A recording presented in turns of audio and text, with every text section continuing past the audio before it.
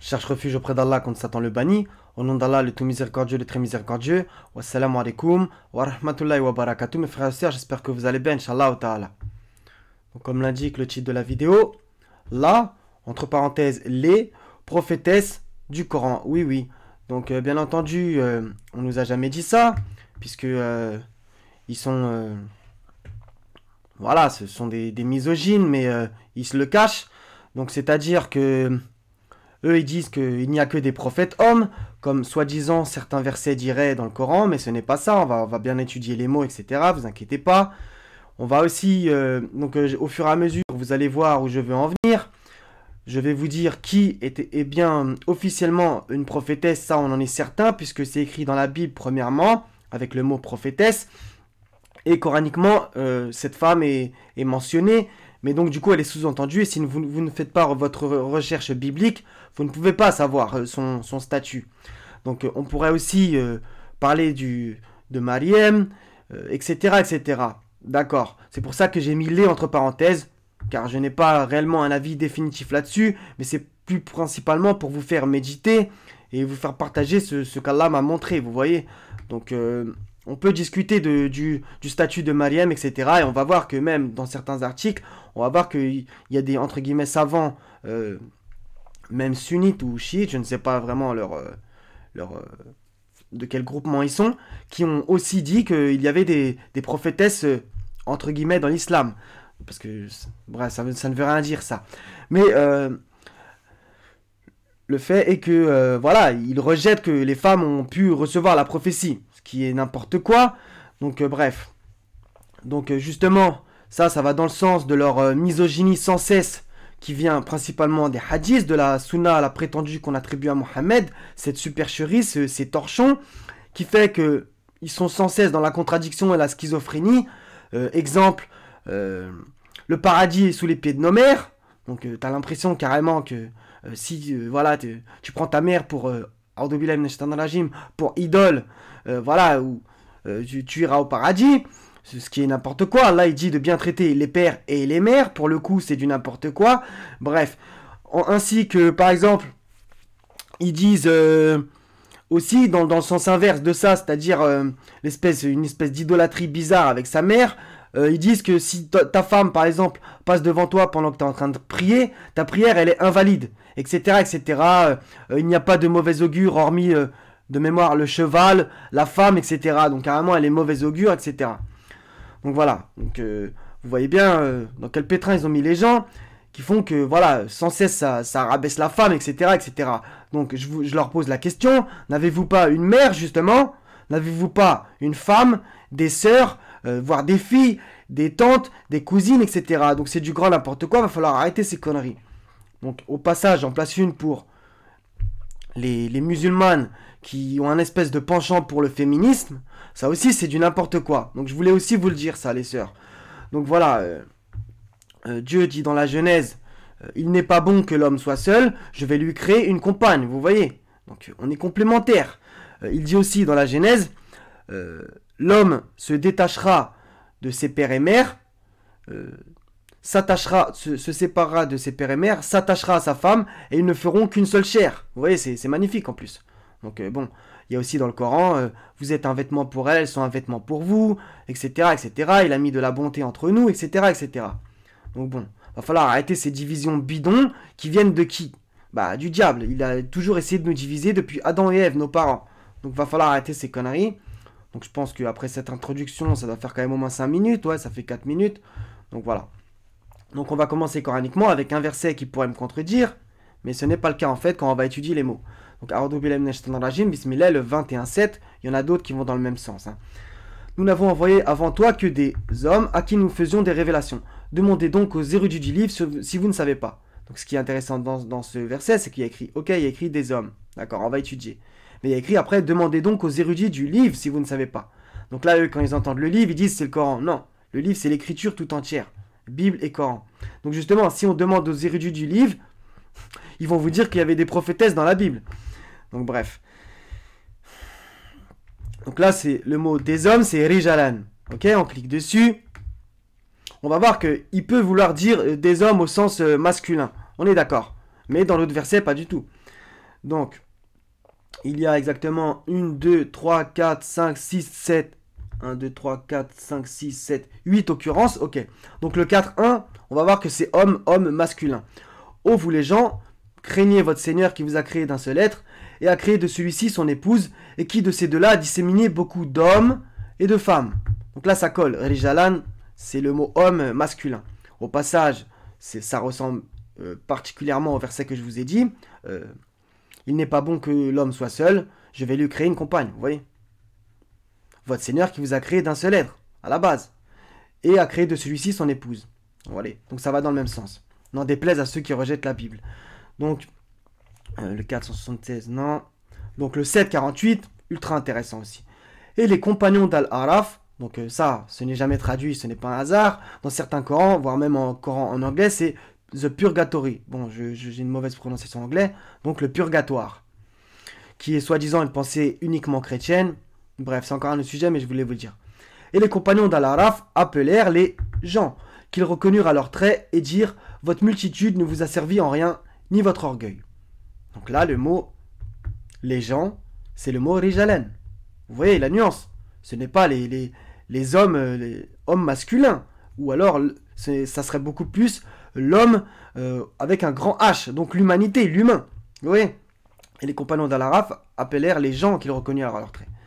Donc, 748, et les gens d'Al-Araf, donc ça c'est la traduction traditionnaliste, vous allez voir, appelant certains hommes qu'ils reconnaîtront par leurs traits caractéristiques. Donc si vous recontextualisez tout, ça ne peut pas être l'homme masculin dans ce truc-là, dans ce verset-là, c'est impossible. C'est impossible, puisque ça voudrait dire que justement, si vous relisez, ça voudrait dire que sous-entendu, il n'y a que des hommes dans cette station. C'est n'importe quoi. Donc c'est l'homme et la femme. Donc c'est le mot que là, sur Coran, il a traduit par Jean, c'est beaucoup mieux. Donc là, on voit que Rijalan, dans le 4.1, c'est homme au sens masculin. Et là, dans le 7.48, ça peut vouloir dire Jean. Donc il y a une grosse nuance. Donc je suis obligé de faire toute cette introduction pour qu'on comprenne. 12.109, un verset qui va dans le même sens que le 21.7. Nous n'avons envoyé avant toi que des hommes à qui nous avons fait des révélations parmi les habitants des cités. On va s'arrêter là. Donc, est-ce que là, après cette démonstration, vous pouvez penser que là, ça peut être que des hommes au sens masculin? Non. En fait, c'est des gens, des humains. Donc, y compris des femmes aussi. N'en déplaise à certains. 1643, qui va dans le même sens, nous n'avons envoyé avant toi que des hommes. Donc, c'est à chaque fois le même mot, Rijalan, auquel nous avons fait des révélations. Demandez donc aux gens du rappel si vous ne savez pas. 21.7, on l'a cité. 22.27, carrément, le mot Rijalan n'y est même pas. Bref, ça veut dire autre chose en fait. C'est un autre mot, mais bon, bref. C'est un peu différent. Donc, 36-62, vous allez voir, c'est encore plus exceptionnel, puisque là... bon, je vais réciter avant. Ils dirent, pourquoi ne voyons-nous pas des hommes que nous comptions parmi les pires? Donc, si on le décontextualise, on pourrait penser que, voilà, ça parle que des hommes masculins, ok? Des bonhommes. Donc, 38-62, vous allez voir que dans une traduction hadithiste, bah voilà, en fait, Allah va les dévoiler justement par ce verset. Et ils dirent, pourquoi ne voyons-nous pas des gens que nous comptions parmi les malfaiteurs? Et là, c'est le mot Rijalan. Donc voilà. Donc c'est parfait. Donc en réalité, le mot Rijalan peut vouloir dire gens, humanité, homme au sens homme et femme. Et aussi, comme on l'a vu dans le 4.1, ça peut vouloir dire aussi, bien entendu, homme au sens homme masculin. Ok? Donc en fait, moi je ne suis pas pour un mot coranique égale un terme. Non, sinon tu vas te retrouver avec plein de problèmes. Un mot peut vouloir dire plusieurs termes, bien entendu. Donc voilà, donc dans le 4.1, c'est homme au sens masculin, puisque après il y a écrit et femme, donc non, ça ne peut pas être humanité et deux femmes, ça ne collerait pas. Ensuite, dans le 7.48, ça peut vouloir dire les gens, donc les humains quoi. Et dans les 12.109, 16.43 et 21.7, voilà, nous n'avons envoyé avant toi que des hommes, donc hommes et femmes, oui, oui. Des hommes avec un grand H. Donc des humains, tout simplement.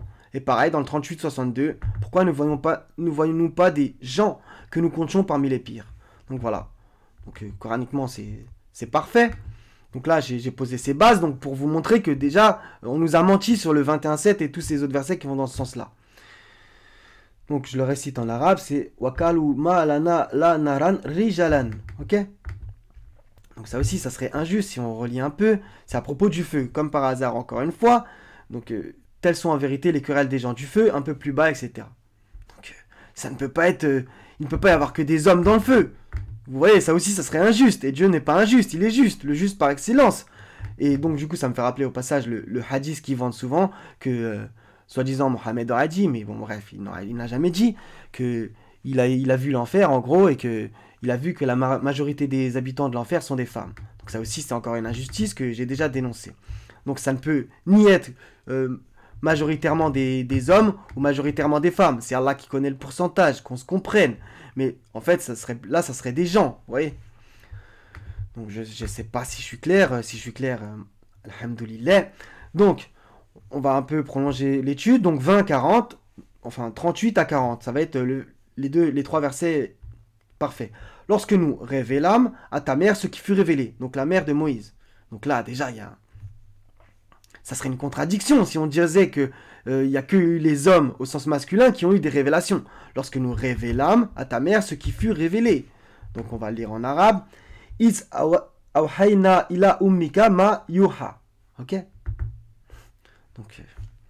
Donc on peut discuter sur inspirer, révéler, etc. Mais quand même, ça va quoi qu'il arrive dans le même sens. Donc le 39, voilà, c'est à propos du coffret dans le fleuve. Et là, le 40 va nous intéresser particulièrement, c'est là où je voulais vous emmener. Et voilà que ta sœur marchant et disait, etc., etc. Donc là, c'est voilà que ta sœur. Donc là, vous allez me dire, oui, mais tu veux en venir où? Vous inquiétez pas, on va y aller. Donc, is tamshi urtaka. Ok? Donc, on va dans le mot urtaka. Ben, il apparaît qu'une seule fois dans le Coran. Ok? Donc, il y a écrit être frère de quelqu'un, par exemple, rétablir l'amitié entre, se proposer quelque chose dans les verbes, dans le nom, fraternité, amitié, frère, ami, sœur, congrégation ou fraternelle. Ok? Donc là, on va dans la Bible, n'en déplaise à certains, dans Exode chapitre 2, pour voir si c'est vraiment voilà que ta sœur, puisqu'on peut toujours me rétorquer que voilà, Urtaka, ça peut ne pas être sœur. D'accord? Donc, Exode 2, 5 à 10, et la fille de Pharaon descendit au fleuve pour se baigner, et ses compagnes se promenèrent le long du fleuve, et elle aperçut la caisse au milieu des roseaux, et elle envoya sa servante pour la prendre. Elle l'ouvrit et vit l'enfant. On verra que c'est Moïse, c'était un petit garçon qui pleurait. Elle en eut pitié et elle dit, c'est un enfant des Hébreux. Alors la sœur de l'enfant dit à la fille de Pharaon, voilà, on retrouve le mot sœur. Veux-tu que j'aille te chercher une nourrice parmi les femmes des Hébreux pour allaiter cet enfant? Va, lui répondit la fille de Pharaon, etc., etc., etc. Elle lui donna le nom de Moïse, car dit-elle, je l'ai retiré des eaux. Ok?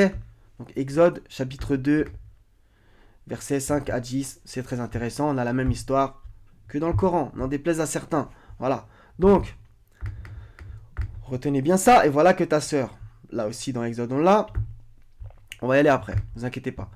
Donc, 117, on tape le mot révélâme pour voir à qui ça s'adresse, encore une fois, pour approfondir l'étude. Et nous révélâmes à Moïse, et nous révélâmes à Moïse, et nous révélâmes à Moïse et à son frère. Donc là, ça c'est à propos de Joseph, nous lui révélâmes. Donc 20-38, lorsque nous révélâmes à ta mère ce qui fut révélé. Donc tiens, on nous dit qu'il n'y a que des hommes qui reçoivent des révélations, des hommes au sens masculin. Bah non. Parce que la mère de Moïse aussi a reçu une révélation. Donc coraniquement, ça ne colle pas avec leur théorie bidon, misogyne. Nous révélâmes à Moïse, donc ça c'est à propos des dirigeants, nous leur révélâmes de faire le bien. À propos de Noé, nous lui révélâmes construire l'arche. À Moïse, nous révélâmes à Moïse. Et nous révélâmes à Moïse. Au passage, on voit qu'il y a énormément de révélations à Moïse. Donc, et 28-7, et nous révélâmes à la mère de Moïse. C'est celui-là que je voulais réciter aussi. Allaite-le, et quand tu craindras pour lui, jette-le dans le flot. Et n'aie pas peur et ne t'attriste pas. Nous te le rendrons et ferons de lui un messager. Donc, il y a deux versets où il y a écrit nous révélâmes à la mère de Moïse et nous te révélâmes, et nous révélâmes à ta mère. Ok? Donc, carrément, il y a plusieurs preuves coraniques. Très bien, maintenant on va passer à Mariam pour voir 2-3 trucs. Donc, sourate 19, versets 17 à 21. Donc, elle mit entre elle et eux un voile, nous lui envoyâmes notre esprit qui se présenta à elle sous la forme d'un homme parfait, etc. etc. Donc, certains disent que ceci est une révélation. D'accord? Donc là, on va dans Luc chapitre 1, versets 26 à 28. Au 6e mois, l'ange Gabriel fut envoyé par Dieu dans une ville de Galilée appelée Nazareth, auprès d'une vierge fiancée à un homme de la maison de David nommé Joseph. Okay? Le nom de la vierge était Marie. L'ange entra chez elle et dit « Je te salue, toi à qui une grâce a été faite, le Seigneur est avec toi. » Donc on va me dire oui, mais au final, cette annonce coraniquement et bibliquement, ce n'est pas pareil, etc., etc. Non, mais en fait, coraniquement et bibliquement, les choses se rejoignent. C'est juste que Allah révèle certaines choses qui sont dans la Bible, d'autres dans le Coran, etc. Ce sont juste, voilà, ce sont des livres qui se suivent. Le Coran est simplement la dernière mise à jour, ok? Donc il y a des révélations coraniques qui ne sont pas dans la Bible, des révélations bibliques qui ne sont pas dans le Coran. Voilà. Et d'autres qui sont confirmées. Allah se répète, vous voyez.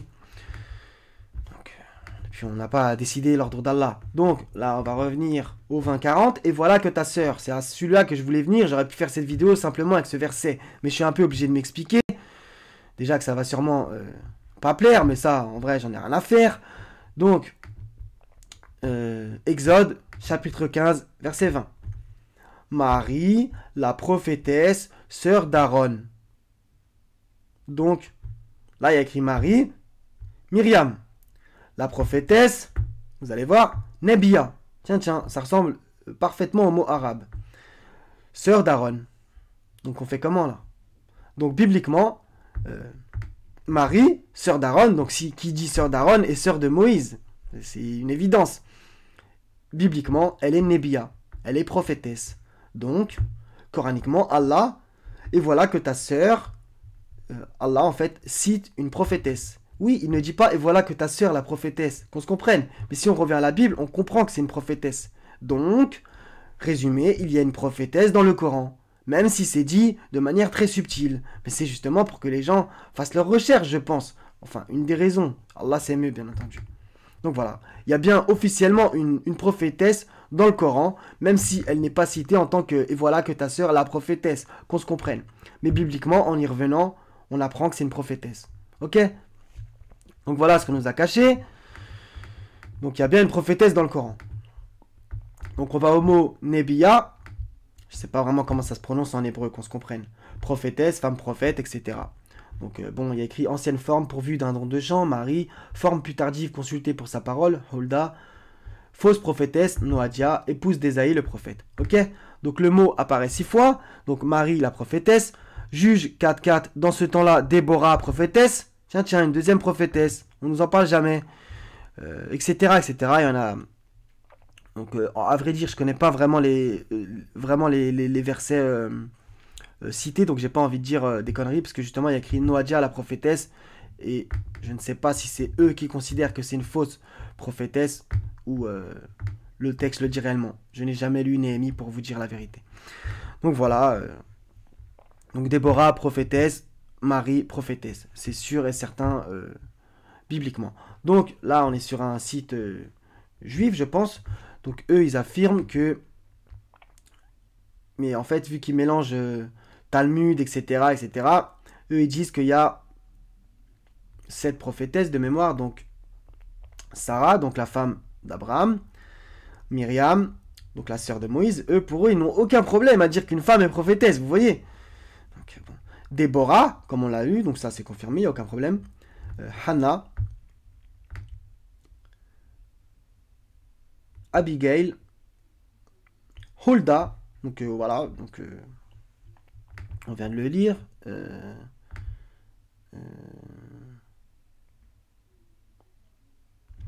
Le sacrificateur Ilkidja, Ashikam, Akbor, Shapan et Asaja allèrent auprès de la prophétesse Hulda. Donc c'est confirmé aussi. Il n'y a aucun problème. Et il y a un autre verset dans 2 Chroniques 34, 22.